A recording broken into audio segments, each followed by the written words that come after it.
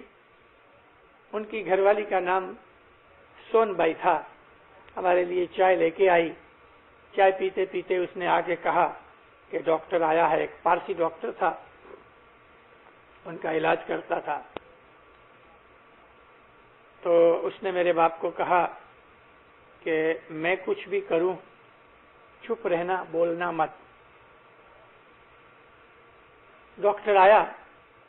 اتنی دیر میں کالاروڑا مشنری نے اپنی سمادھی لگا لی. پڑے تھے کھٹلے میں. ڈاکٹر نے آ کے تو اس کی گھر والی کو کہا یہ تو گزر گیا.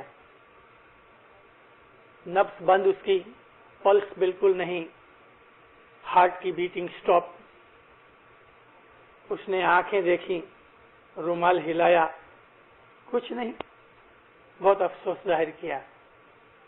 یہ 2-4 نشانیاں ہوتی ہیں انسان کی زندگی کی. بعض دفعہ انسان اگر کوما میں چلا جائے تو جو آنکھ ہے نا اس کے اندر نور رہتا ہے. کوما میں جانے پر بھی ایک آنکھ ہے کہ جس میں آدمی کچھ رومال یا انگلی ہلاوے تو اندر دکھتا ہے. جب انسان گزر جاتا ہے تو آنکھیں پتھر ہو جاتی ہیں, اس میں پھر ریفلیکشن نہیں رہتا. یہ چیز بھی اس نے دیکھ لی کہ اس کی آنکھیں پتھر ہو گئیں. ابھی تو وہ جانے ہی والا تھا کہ مشنری کالاروڑا نے اس کو آواز دی. تو وہ اتنا ڈر گیا, جب ہی گھوم کے دیکھا تو پھر ذرا تھوڑی دیر میں ہنسنے لگا. اس کو پتا تھا اس چیز کا کہ کالاروڑا کے پاس یہ قوت ہے. اس قسم کی باتیں کہنے سے مطلب یہ ہے کہ ہمارا جو مذہب ہے اس میں ہمیں یہ قوتیں ملتی ہیں. لیکن پھر ایک دفعہ امام سلطان محمد شاہ نے کالاروڑا کو منع کیا کہ تم اس قسم کے چھوٹے چھوٹے یہ معجزے کرتے رہتے ہو. ماں باپ فرمایا اس سے تمہارے دل کے اندر پرائیڈ پیدا ہوئے گا اور اس سے تمہاری شکتی گھٹ جائے گی. پھر اس نے چھوڑ دیا. یعنی اس دنیا کے اندر شریر رہتا ہے مگر وچار آسمانوں پہ گھومتے ہیں. اس کا سبند عالم ملکوت کے ساتھ، جہاں فرشتے رہتے ہیں، روحیں رہتی ہیں، اسپرٹس رہتی ہیں، وہاں جاتا ہے. آدمی کو روحانیاں نظر آتی ہیں. عبادت کرنے والا جو انسان ہے وہ روحانیوں کو دیکھ سکتا ہے، ان کی پریزنس کو فیل کر سکتا ہے. اس کا فائدہ کیا ہوتا ہے؟ فائدہ یہ ہوتا ہے کہ دنیا کے اندر سے اس کا جیو آہستہ آہستہ دور ہوتا جاتا ہے. ہماری زندگی کا ایم یہی ہے کہ ہم مرنے کے بعد مولا کے نور کے اندر مل جائیں. یہ ہماری زندگی کا ایم ہے، اور اس ایم کو ہم سامنے رکھ کے تو امام کے پاس جا کے بیت الخیال کا بول لے کے آتے ہیں، اور پھر ہمیں عبادت کرنی پڑتی ہے. اور میں نے آپ کو کہا کہ ساری زندگی ہمارے اوپر یہ بوجھ پڑتا ہے، اور جو آدمی بول لے کے اس پہ عمل نہیں کرتے، حضرت امام ان کے ساتھ بہت ناراض ہوتا ہے. حضرت امام فرمایا کہ جو آدمی میرے پاس آ کے بول لے جاتا ہے اور پھر عبادت نہیں کرتا، بول بھول جاتا ہے، تو ماں باپ نے بہت ناراضگی سے ساتھ فرمایا کہ وہ آدمی میری امامت کو قتل کرتا ہے، میری امامت کو قتل کرتا ہے، یعنی میرا دشمن بن جاتا ہے. 63 کی سال میں مولانا حضرت امام کی نشاست آ گئے. بیت الخیال کے اندر جب مولا آئے تو چٹھی بدلانے والے بہت تھے، 60-62 جنے تھے. امام نے فرمایا تمہارے اندر سے جو آدمی بول کو بھول گیا ہے وہ ہاتھ اونچا کرے. ایک دو نے ہاتھ اونچا کیا. حضرت امام نے فرمایا مجھے معلوم ہے کہ کون بھول گیا ہے کون نہیں بھولا. میں پھر کہتا ہوں کہ جس کو بول نہیں یاد وہ ہاتھ اونچا کرے. 4-5 آدمیوں نے پھر ہاتھ اونچا کیا اور